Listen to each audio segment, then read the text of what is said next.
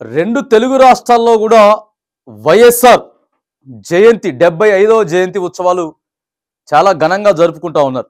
Congress party నాయకులు, కార్యకర్తలు, ఆయన అభిమానులు కూడా మరి అణగారిన వర్గాలను సైతం పట్టించుకొని వైఎస్ రాజశేఖర రెడ్డి గారు పనిచేసిండు. ఉమ్మడి ఆంధ్రప్రదేశ్లో అభివృద్ధి పదంలో దూసుకుపోవడానికి ఆయన చరిత్ర ఎన్నలేనిదని చెప్తే గాంధీ భవన్లో కూడా, తెలంగాణ రాష్ట్రం గాంధీ భవన్లో నిర్మించిన సందర్భంలో ఆసక్తికరమైనటువంటి కామెంట్స్ ప్రస్తుత ముఖ్యమంత్రి రేవంత్ రెడ్డి మాట్లాడిండు. ఆయన మాట్లాడుతూ రాహుల్ గాంధీ ప్రధాని అవ్వాల్సినటువంటి విషయం ఒక్క నిమిషంలో, అంటే ఒకే ఒక అడుగు దూరంలో నిలిచిపోయింది. లేకపోతే కొద్దిగా అటు ఇటు అయి ఉంటే ప్రధానమంత్రి రాహుల్ గాంధీ గారు అయ్యేవారు. కానీ వైఎస్ రాజశేఖర రెడ్డి గారు బతుకున్నప్పుడు ఎప్పుడో ఎన్నో సందర్భాలలో చెప్పిర్రు, రాహుల్ గాంధీ గారిని ప్రధానమంత్రిగా చూడడమే మన ధ్యేయం అని వైఎస్ రాజశేఖర రెడ్డి చెప్పేటోళ్ళు. అది ఈరోజు ఒక అడుగు దూరంలో నిలిచిపోయింది.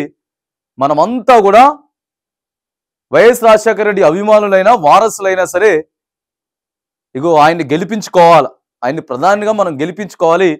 అప్పుడు గెలిపించుకున్నప్పుడే వైఎస్ రాజశేఖర రెడ్డి గారి ఆశయాలను మనం గెలిపించడం అవుతామని చెప్పి మాట్లాడి చూడండి. వైఎస్ఆర్ నిజమైనటువంటి వారసులు వాళ్ళే అంతా కూడా. తర్వాత వెంటనే బట్టి మాట్లాడండి, ఉప ముఖ్యమంత్రి బట్టి మాట్లాడుకుంటా, అవును వైఎస్ రాజశేఖర రెడ్డి గారు బతుకున్నప్పుడు రాహుల్ గాంధీ గారు ప్రధాని అవ్వాలని చెప్పి ఆయన కోరుకున్నారు.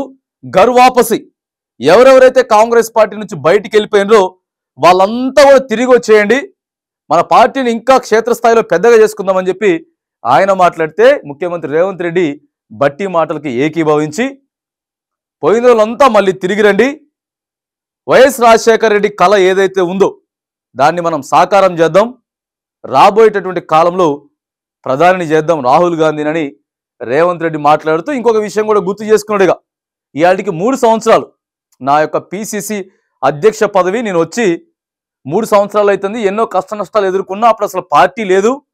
ఈ 3 సంవత్సరాలు పుంజుకొని కాంగ్రెస్ పార్టీని ఇక్కడ రాష్ట్రంలో అధికారంలోకి తీసుకొచ్చినానంటే వైఎస్ రాజశేఖర రెడ్డి గారు కూడా అప్పుడు ఎన్నో సలహాలు సూచనలు ఇచ్చేటోళ్ళు.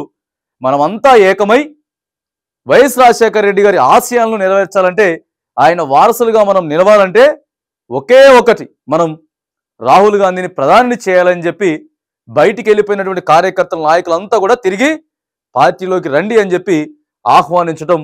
మరి ఇవాళ వైఎస్ రాజశేఖర రెడ్డి జయంతి 75వ జయంతి సందర్భంగా ఇగో ఇలాంటి కీలక వ్యాఖ్యలు మనం చూస్తూ ఉన్నాం ఇక్కడ.